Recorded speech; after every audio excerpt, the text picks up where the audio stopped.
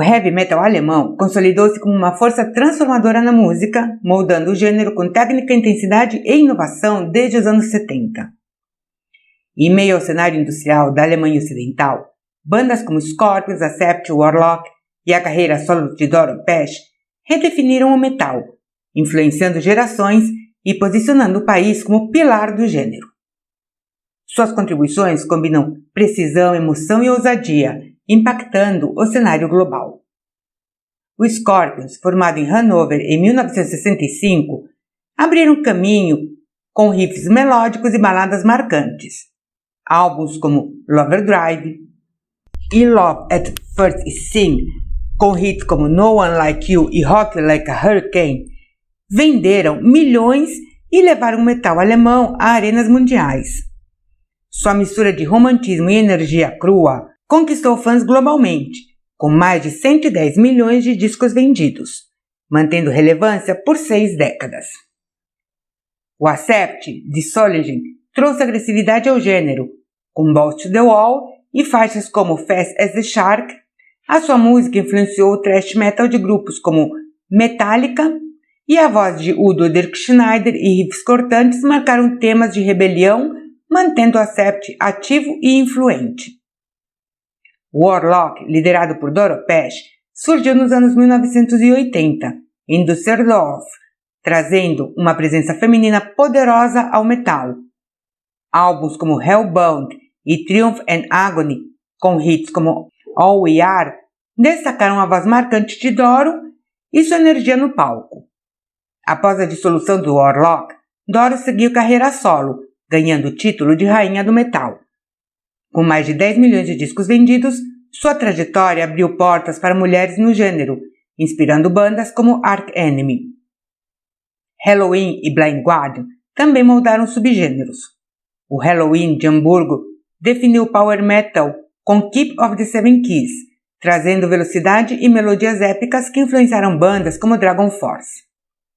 O Blind Guardian, com Nightfall e Middle Earth, elevou o metal sinfônico, atraindo fãs com narrativas inspiradas em Tolkien. O heavy metal alemão transcende o som, exportando precisão e atitude.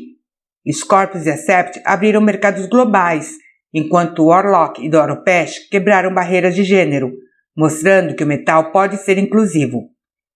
A influência dessas bandas ressoa em festivais como Wacken Open Air, que atrai 85 mil fãs anualmente.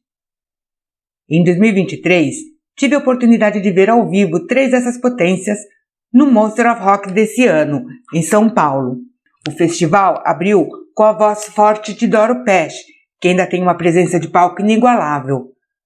O Helloween se apresentou com um setlist que colocou toda a plateia para cantar junto. E uma das últimas bandas desse dia foi o Scorpions, que com certeza foi um dos melhores shows que já assisti. Nunca tinha visto eles ao vivo e era um sonho de 30 anos.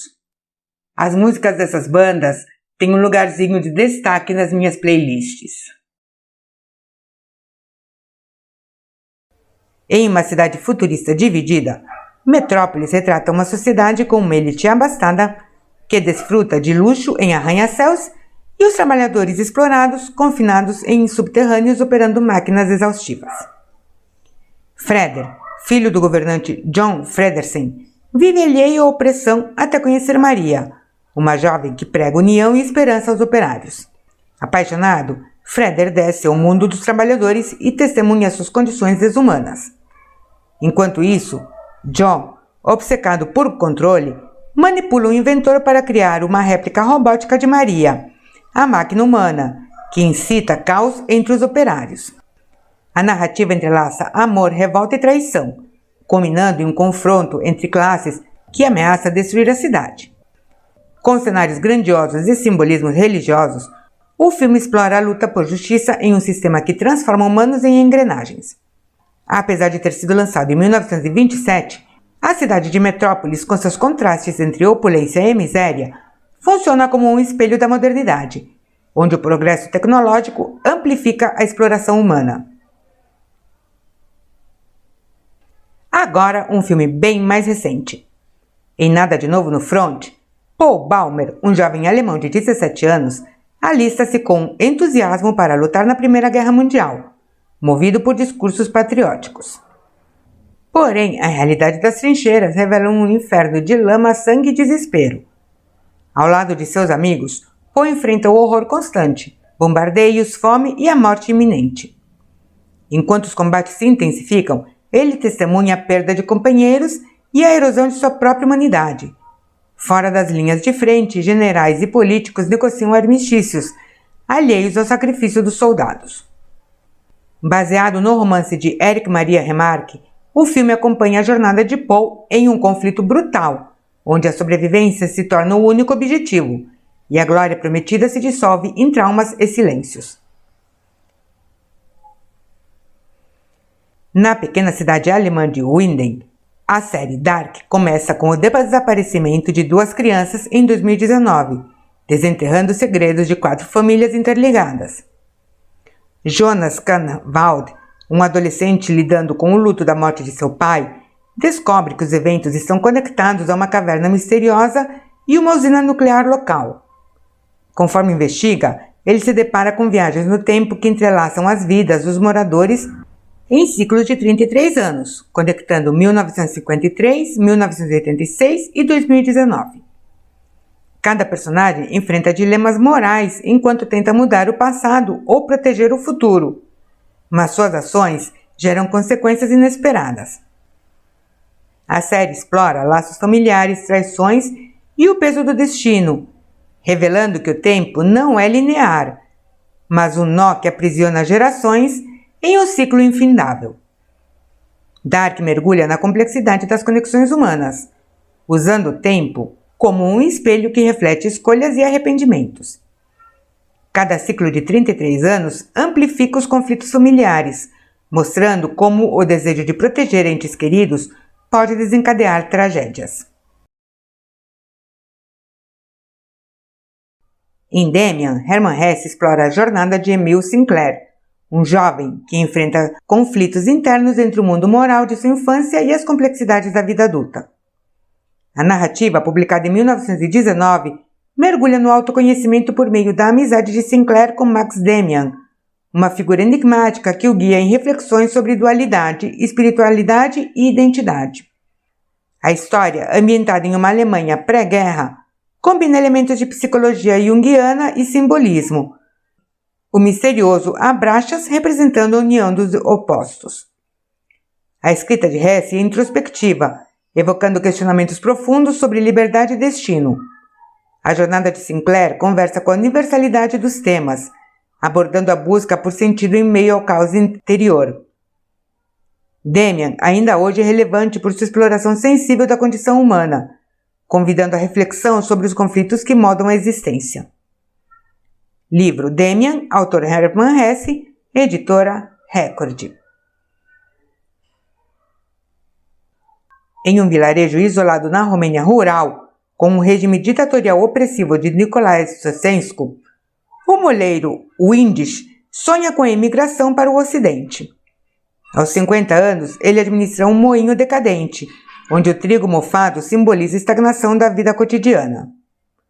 Sua esposa, resignada com a rotina de privações, prefere permanecer na terra natal, evocando o provérbio que batiza o livro. O homem, como o fazão, é vistoso, mas de asas curtas, preso ao solo por medo e inércia. A filha adolescente, Lily, torna-se o pivô da salvação familiar, ao se envolver em relações com figuras do Partido Comunista, trocando favores carnais por documentos de saída.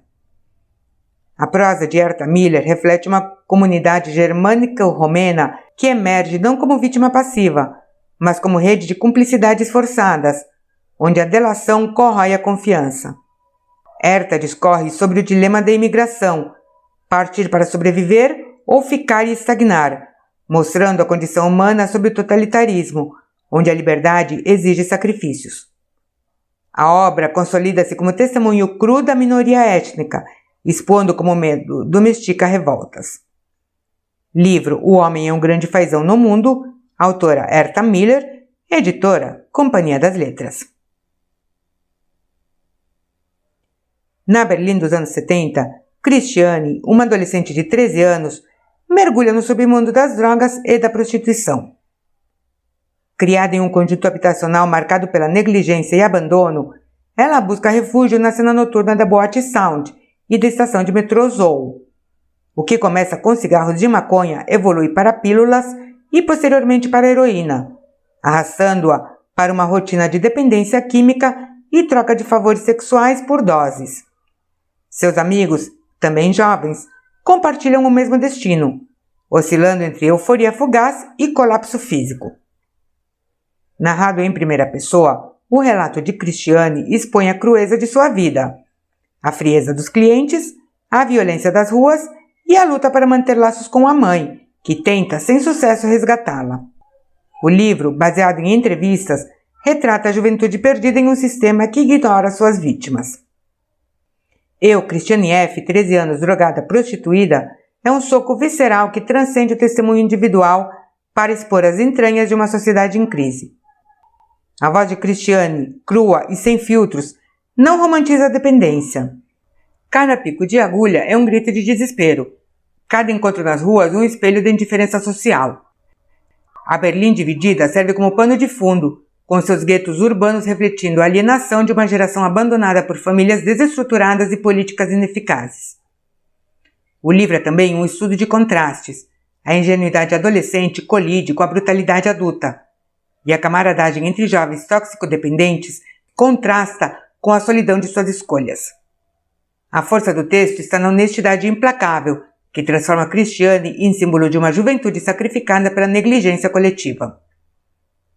Livro Eu, Cristiane F., 13 anos, drogada, prostituída. Autora Cristiane F., editora Bestseller. Gostou deste conteúdo? Então curte, comenta, compartilha e já se inscreve para não perder nenhum vídeo. E por hoje é isso. Até a próxima e beijos!